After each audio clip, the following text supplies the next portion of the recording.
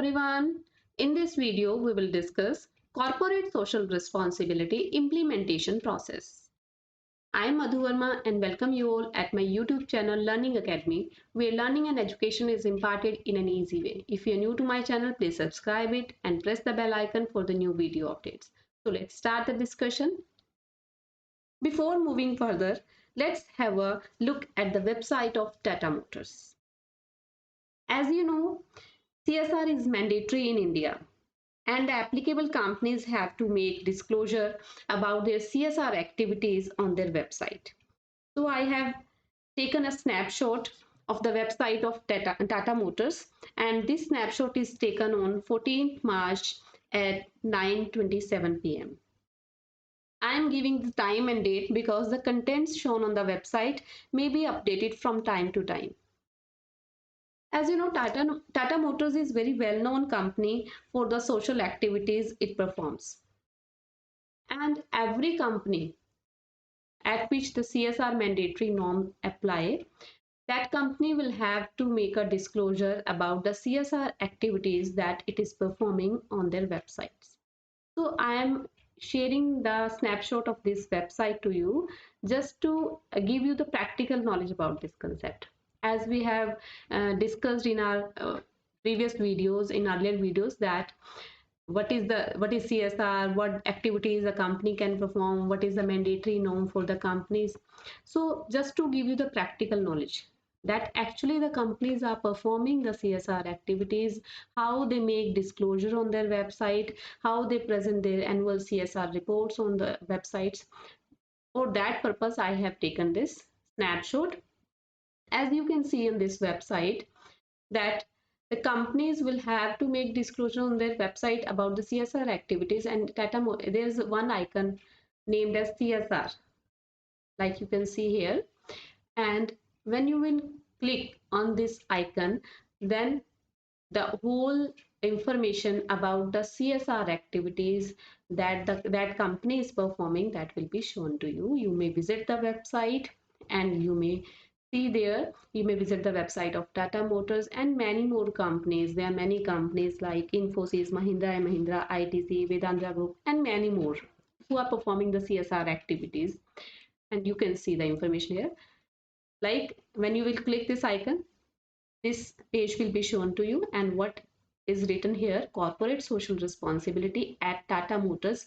All our corporate social responsibility initiatives focus on improving the quality of life of underprivileged communities, neighboring our business operations, keeping up with the sustainability development goals.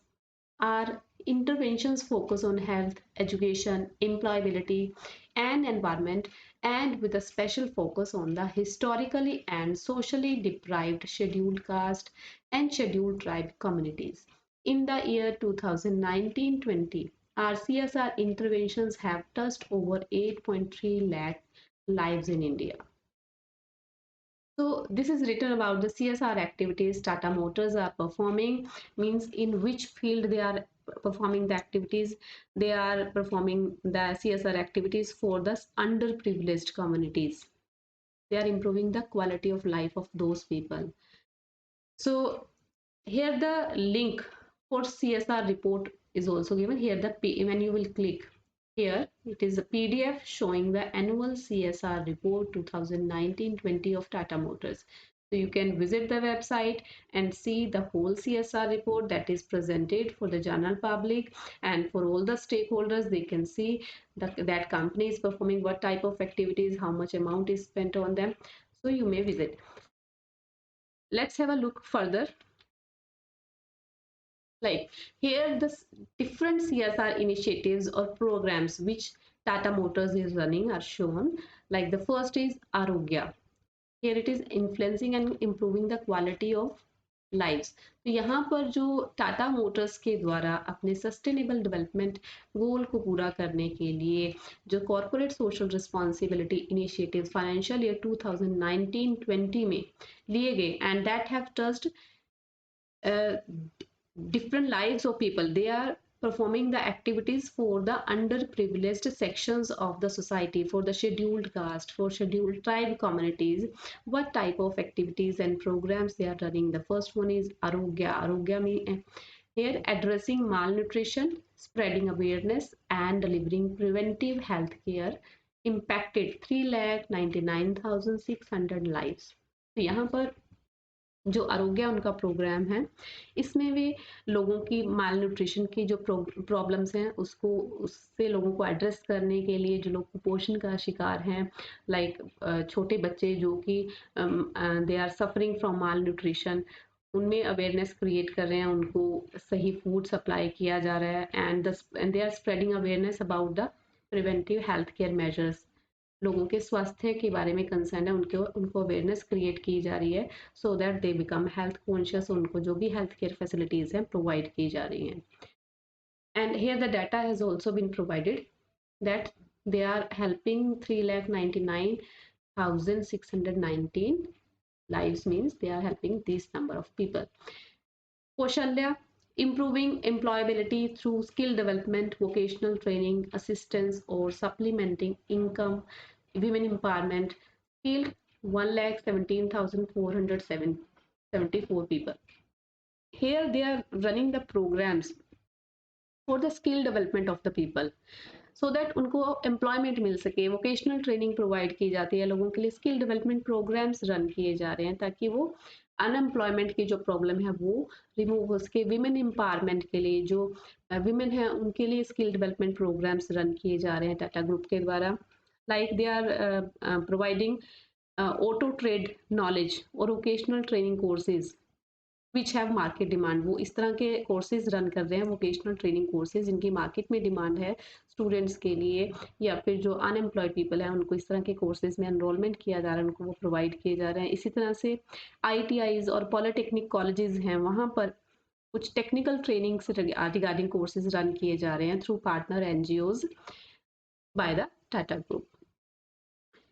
Here the program named as Vidyadhanam, that is holistic educational initiatives and financial support, touched life of 1,52,558 students. So this is a educational program, educational initiative, जिसमें कि Tata Motors students के लिए scholarship programmes हैं, students को जो poor section है society का या फिर जो फाइनेंशियली चैलेंज स्टूडेंट्स हैं उनको फाइनेंशियल सपोर्ट्स प्रोवाइड की जा रही है in the form of scholarship, उनको फ्री एजुकेशन प्रोवाइड की जा रही है, value based skill development programs run किए जा रहे हैं, स्पोर्ट्स और को करिकुलर एक्टिविटीज़ के लिए उनको इनकरेज किया जा रहा है। इसके अलावा स्पोर्ट क्लासेस प्रोवाइड की जा रही हैं डिफ़िकल्ट सब्जेक्ट्स में हाई क्लास स्टूडेंट्स के लिए, scheduled caste scheduled tribe students हैं या फिर उनका जो स्कूल ड्रॉप आउट हो जाता है, स्कूल छोड़ देते हैं बच्चे कुछ समय के बाद, उसको रोकने के लिए डिफरेंट प्रोग्राम्स रन किए जा रहे हैं, because there may be many reason they drop out the school, that is the financial reason also. तो उसको रोकने के लिए फाइनेंशियल असिस्टेंस प्रोवाइड की जा रही है टाटा मोटर्स के द्वारा in the program named as विद्याधनम।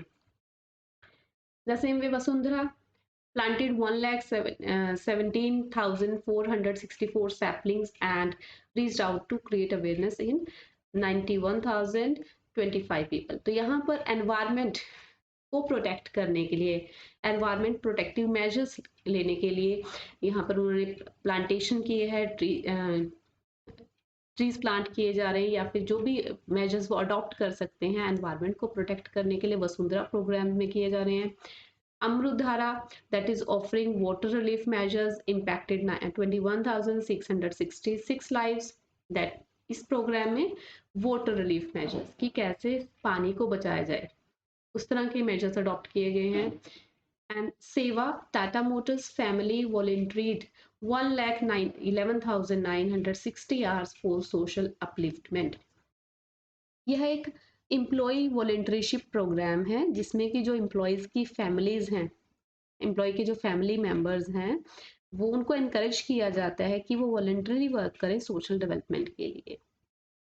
In the same way Aadhaar, that is the rural focused program for integrated development approach committed to better lives of 3,000 tribal communities. यह भी एक rural focused programme है जिसमें कि जो rural areas में लोग रहते हैं या फिर जो ट्राइबल कम्युनिटीज हैं उनकी लाइफ लाइफस्टाइल को इम्प्रूव करने के लिए, उनकी लाइफ को बेटर बनाने के लिए कुछ प्रोग्राम्स रन किए जा रहे हैं. So these are the different CSR programs and initiatives which Tata Motors have been undertaking.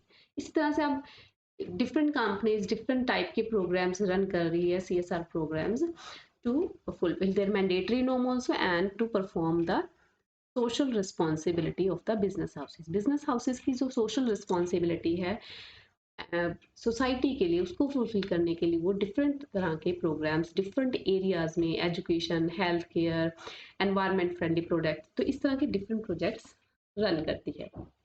इस तरह से डिफरेंट कंपनीज हैं, वो और भी कुछ प्रोग्राम्स रन कर रहे हैं, like Mahindra and Mahindra. You may also visit the website of other companies and see what type of CSR initiatives they are taking, how they are presenting their CSR report, कितनी amount वो उस पर spend कर रही हैं. सो वह सभी आप देख सकते हो. जिस तरह की like Mahindra and Mahindra is running a program named Nanni Kali that was started in 1996, and that is the biggest CSR program in India for educating the girl child. In the same way, they are running a project named as Nadi Foundation. Infosys, that is also working in the area of CSR, and that has been named #1 in this year. And that is working for the restoration of water bodies in Karnataka, disaster relief efforts in Tamil Nadu, Karnataka, and Kerala. In the same way, ITC Limited, they are running a program named ITC Chopal. That is a long-running flagship CSR program, and that aims to connect the rural farmers through internet for procuring the agricultural information. So there are different type of programs which the different companies are undertaking for fulfilling their social responsibility. So basic objective of showing this data to you, just to give you the practical knowledge. You should also take the practical knowledge, as well as you have studied the theoretical concept, what is CSR. So you should go to the websites of the companies and have a practical understanding of this topic. Let's move further. Like you can see, we have discussed in the previous slide the different social initiative that which Tata Motors is undertaking. Here you can see the amount spent by Tata Motors. In 2017-18, Tata Motors have spent 21.43 crores on CSR activities. In 18-19, they spent 22.4 crore on CSR activities. And in 2019-20, the CSR spent by Tata Motors is 22.91. So this is the CSR budget, or the amount spent by them in different years. This is shown on their website. Tata Motors has mobilized over 59% of the resources through multi-stakeholder partnerships. यहाँ पर दिखाया जाता है कि कितना कितना वो किस तरह से खर्च कर रही हैं. Total contribution by the government is 9%. Total contribution by other individual donors is 22%.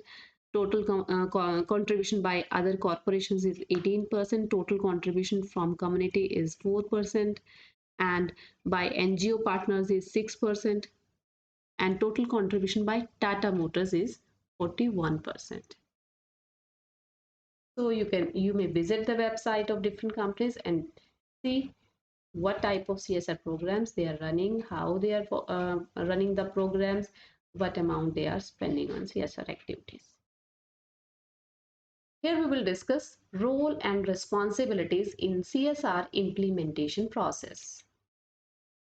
As we have already discussed in our earlier videos, कि जब CSR implementation किया जाता है तो जो कंपनी CSR मैंडेटरी नॉर्म में आती हैं उनके लिए एसेंशियल है कि वो एक सेपरेट CSR कमेटी फॉर्मुलेट करें. साथ ही 3 डायरेक्टर्स CSR इम्प्लीमेंटेशन के लिए अपॉइंट किए जाते हैं. उन 3 डायरेक्टर्स में एक इंडिपेंडेंट डायरेक्टर होता है. So there is a board of directors also who will implement the CSR activities, and there is implementation team. Implementation team वह टीम है जो CSR को इम्प्लीमेंट करेगी. हमने पहले भी डिस्कस किया है कि जो CSR एक्टिविटीज हैं वो ऑर्गेनाइजेशन खुद भी इम्प्लीमेंट कर सकता है, जिसके लिए एक सेपरेट CSR टीम इम्प्लीमेंटेशन के लिए अपॉइंट करता है, जिसमें डिफरेंट एम्प्लॉयज टीम मेंबर्स होते हैं.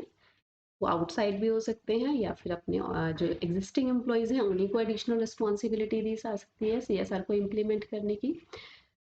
सो इस तरह से board of director, CSR committee and implementation team, they work for the implementation of the programs. So what are the roles and responsibilities of these three in this process? Board of directors. What is the responsibility of board of directors? The first one is disclose CSR policy on company's website and in directors report. तो सबसे पहले responsibility है कि उनको CSR policy company की website पे और directors की रिपोर्ट में जो है शो करती हैं। सो सबसे पहले रिस्पॉन्सिबिलिटी, क्योंकि कंपनी, हर एक कंपनी के लिए मैंडेटरी है, अगर वह मैंडेटरी नॉर्म में आती है, उनके ऊपर सीएसआर एप्लीकेबल है, तो उनको अपनी वेबसाइट पे सीएसआर पॉलिसी डिस्क्लोज करनी होती है और डायरेक्टर्स रिपोर्ट भी। तो यह बोर्ड ऑफ डायरेक्टर्स की रिस्पॉन्सिबिलिटी है कि वो कंपनी की वेबसाइट पे कंपनी की पॉलिसी और डायरेक्टर्स रिपोर्ट को डिस्क्लोज करें। Next one is ensure that activities included in CSR policy are undertaken. यह इंश्योर करना भी रिस्पॉन्सिबिलिटी है बोर्ड ऑफ डायरेक्टर्स की कि सीएसआर पॉलिसी में जो जो एक्टिविटीज इंक्लूड की गई हैं वह कंपनी के द्वारा परफॉर्म की जा रही हैं। Ensure that mandated budgeted CSR amount is allocated and released. पहले से ही डिसाइड कर लिया जाता है कि कितनी सीएसआर, कितनी अमाउंट सीएसआर बजट के रूप में खर्च की जाएगी डिफरेंट सीएसआर प्रोग्राम्स या एक्टिविटीज पे जो एक ऑर्गेनाइजेशन करने जा रहा है। तो यह इंश्योर करना कि जो बजटेड अमाउंट है सीएसआर की वह एलोकेट कर दी गई है सीएसआर कमेटी और इम्प्लीमेंटेशन टीम को, और वह अमाउंट रिलीज भी कर दी गई है खर्च करने के लिए। So this is the duty, role and responsibility of the board of directors in this process. Now, what is the role and responsibility of CSR committee? CSR committee will formulate CSR policy. यहाँ पर CSR policy formulate की जाती है CSR committee के द्वारा। CSR committee में different members होते हैं जो कि CSR पॉलिसी को फॉर्मुलेट करते हैं। Next one is detail CSR project report. उनके द्वारा एक detail CSR project report prepare की जाती है जिसमें यह मेंशन किया जाता है कि किस किस तरह की एक्टिविटीज कंपनी ऑर्गेनाइजेशन परफॉर्म करेगा, ऊपर कितना कितना खर्चा किया जाएगा, कौन सी एक्टिविटी कितने टाइम में कंप्लीट होगी, क्या रिसोर्सेज होंगे, कौन कौन से एरियाज कवर किए जाएंगे, वह detailed CSR project report CSR committee के द्वारा प्रिपेयर की जाती है। Mention the CSR activities to be undertaken, और साथ ही क्या क्या एक्टिविटीज कंपनी अंडरटेक करेगी उनको मेंशन करना। Deciding implementing agency. Implementing agency क्या होगी? इम्प्लीमेंटिंग एजेंसी वह एजेंसी जो कि उस CSR प्रोग्राम या प्रोजेक्ट को एक्चुअली इम्प्लीमेंट करेगी। जैसे हमने पहले भी डिस्कस किया है, ऑर्गेनाइजेशन अपने ऑर्गेनाइजेशन में से ही एग्जिस्टिंग एम्प्लॉयज को भी अपॉइंट कर सकता है इम्प्लीमेंटेशन टीम में। इम्प्लीमेंटिंग एजेंसी ऑर्गेनाइजेशन भी हो सकती है, या फिर कई बार डिफरेंट पार्टनर्स के साथ कोलैबोरेट कर लेता है ऑर्गेनाइजेशन CSR प्रोग्राम्स को इम्प्लीमेंट करने के लिए, या फिर पार्टनर NGOs भी हो सकते हैं जो कि इम्प्लीमेंटेशन एजेंसी के रूप में काम करते हैं। तो इम्प्लीमेंटिंग एजेंसी कौन होगी यह भी CSR कमेटी के द्वारा डिसाइड किया जाता है। Recommend CSR expenditure for each activity. अब ऑर्गेनाइजेशन डिफरेंट एक्टिविटीज पे एक्सपेंडिचर कर रहा है, जैसे कि हमने अभी टाटा मोटर्स का एग्जांपल देखा, उन्होंने डिफरेंट प्रोग्राम्स वो रन कर रहे हैं, तो हर एक एक्टिविटी पे कितना कितना एक्सपेंडिचर किया जाएगा, that is recommended by CSR committee. Next is monitor activities from time to time and evaluation. अब जो एक्टिविटीज पे CSR अमाउंट स्पेंड की जा रही है, डिफरेंट टाइप की एक्टिविटीज, चाहे वो एजुकेशन सेक्टर में, हेल्थ केयर और for environment, we are running different type of programs. तो उन एक्टिविटीज को टाइम टू टाइम मॉनिटर करना और उसका इवेल्युएशन करना कि क्या वह activities as per plan perform की जा रही हैं या नहीं की जा रही। अगर कोई शॉर्ट कमिंग है तो उनको टाइमली रिमूव भी किया जा सकता है। So these are the roles and responsibilities of CSR committee. Now, what is the role and responsibility of implementation team? The first one is execute the CSR project. Yes, CSR committee ने एक CSR project report बनाई और CSR policy formulate की। अब जो execution है CSR projects का, implementation है वह इम्प्लीमेंटेशन टीम के द्वारा किया जाता है। Implementation team, as we have already discussed, the organisation itself can be the implementation team और it may hire the outside agency. So अगर एक ऑर्गेनाइजेशन ने खुद जो एग्जिस्टिंग एम्प्लॉयज हैं उन्हीं को एडिशनल रिस्पॉन्सिबिलिटीज दी हैं, they are included into the implementation team and they are performing the implementation activities of the programs, then they will execute the CSR project, monitor and track progress। जो different projects run किए जा रहे हैं, different programs हम run कर रहे हैं, उनको monitor करना और उनमें कितनी progress हुई है उसको track करना है time to time। provide timely progress report to CSR committee। अब different programs जो run किए जा रहे हैं उनमें कितनी progress हुई है, कितना काम हो चुका है, उसको monitor करने के बाद implementation team एक progress report CSR committee को provide करती है and ensure that the mandated CSR amount is spent। अब जितनी mandated CSR amount है जो हमने CSR budget allocate किया गया है board of directors के द्वारा, एक organization के द्वारा, यह इंश्योर करना भी इम्प्लीमेंटेशन टीम की रिस्पॉन्सिबिलिटी है कि क्या वह CSR अमाउंट एक्चुअल में CSR एक्टिविटीज पर स्पेंड की जा रही है या नहीं। So that is ensured by implementation team। So these are the different roles and responsibilities which are performed by board of directors, CSR committee and implementation team in the CSR implementation process। So firstly, the CSR committee will recommend the CSR policy, projects and expenditure and present the overview of CSR to the board। यहाँ पर CSR policy, project और expenditure को recommend करके जो overview, उसका complete overview board of directors को CSR committee के द्वारा प्रेजेंट किया जाएगा। अब बोर्ड ऑफ डायरेक्टर्स क्या करेंगे, they will approve the CSR policy, project and expenditure. फिर बोर्ड ऑफ डायरेक्टर्स को इवेल्युएट करके उस CSR पॉलिसी, प्रोजेक्ट और जितना एक्सपेंडिचर CSR पर करना है उसको फाइनली अप्रूव कर देते हैं। Then CSR committee will monitor and review the CSR implementation। Implementation is done by implementation team और CSR committee यहाँ पर क्या फंक्शन करती है, जो एक्चुअल में CSR implementation किया जा रहा है, डिफरेंट प्रोग्राम्स रन किए जा रहे हैं, इम्प्लीमेंट किए जा रहे हैं, उसको टाइम टू टाइम मॉनिटर करना और रिव्यू करना। And implementation team, they will prepare project plan as we have discussed here, but this is the role and responsibility of implementation team, and send timely reports, evaluation and overall project execution to CSR committee। Then CSR committee will finally give the report to board of directors and they will disclose that in the public domain।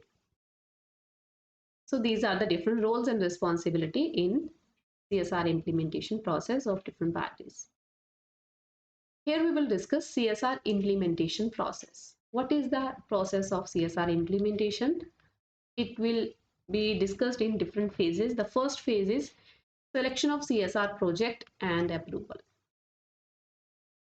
In selection of CSR project and approval, the first step is developing a CSR strategy of the company by board of directors।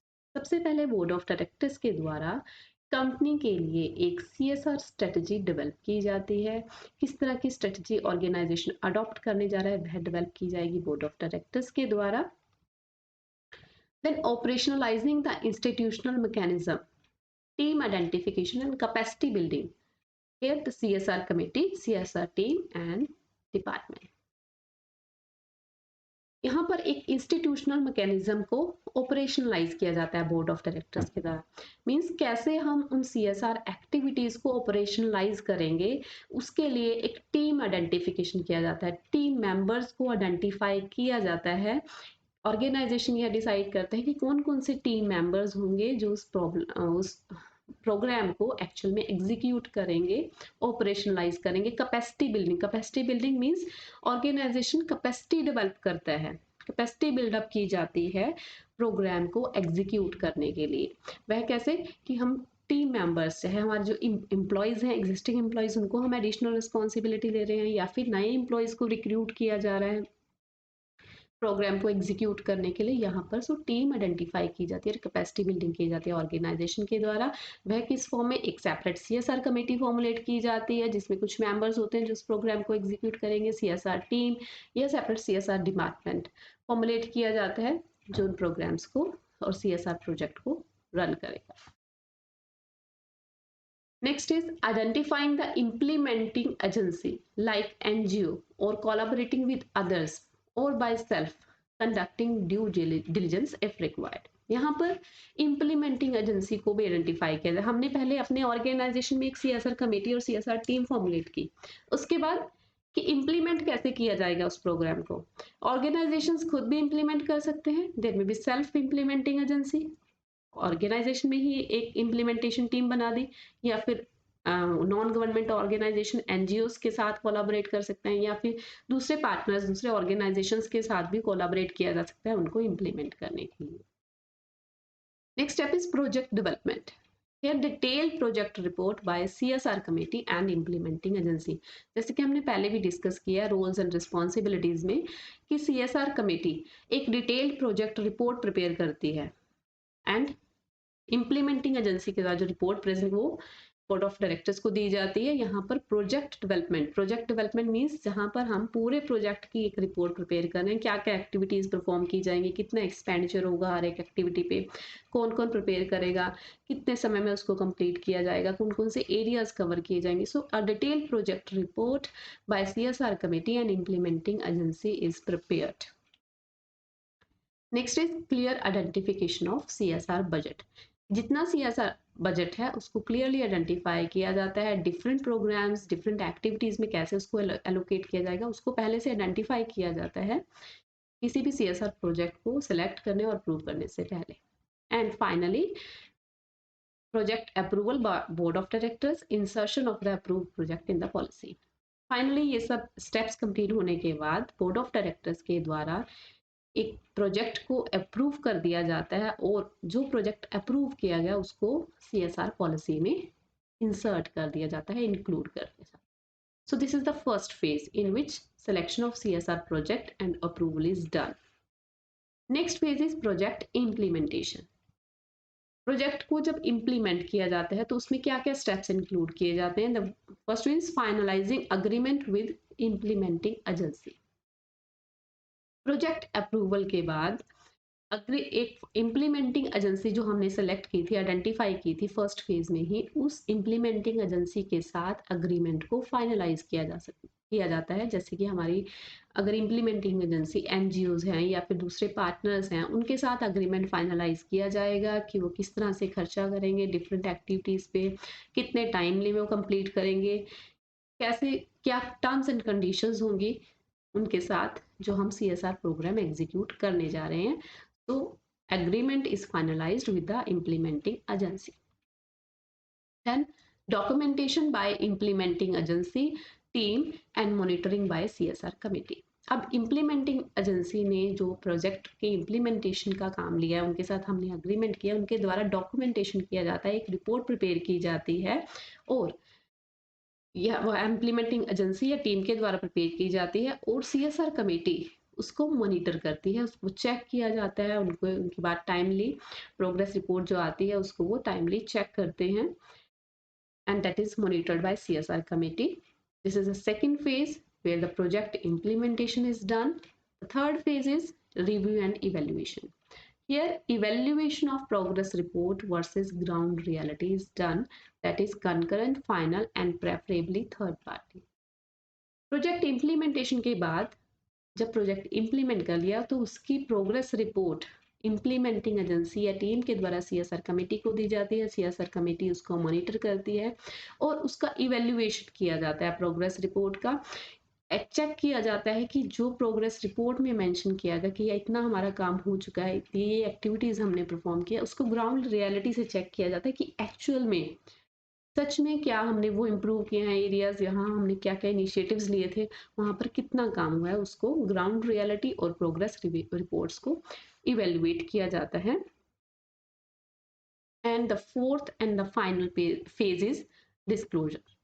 Here The step is project impact assessment report review by board of directors. यहाँ पर board of directors के द्वारा project impact assessment report को review किया जाता है। जब CSR committee के द्वारा वो रिपोर्ट बोर्ड ऑफ डायरेक्टर्स को दी जाती है तब बोर्ड ऑफ डायरेक्टर्स उस प्रोजेक्ट का इम्पैक्ट असेसमेंट करते हैं, उस रिपोर्ट को रिव्यू करते हैं। And the final step in this process is preparation of reporting format and placement disclosure in public domain. As we have discussed in our roles and responsibility of board of directors, कि board of directors की responsibility है जब finally project assessment report उन्होंने review कर दी, फिर एक reporting format prepare किया जाता है और पब्लिक डोमेन में उस सीएसआर रिपोर्ट को डिस्क्लोज किया जाता है। Placement and disclosure of the report is done in the public domain. जैसे कंपनीज अपनी वेबसाइट्स पर अपनी सीएसआर रिपोर्ट्स प्रेजेंट करती हैं, जिसमें क्या क्या एक्टिविटीज उन्होंने परफॉर्म की, कितना बजट एलोकेट किया गया हर एक एक्टिविटी पे, वह डिस्क्लोजर किया जाता है। So this is the CSR implementation process. I hope this video will be useful for you. Please subscribe my YouTube channel and like the video and share it with your friends. Thanks for watching.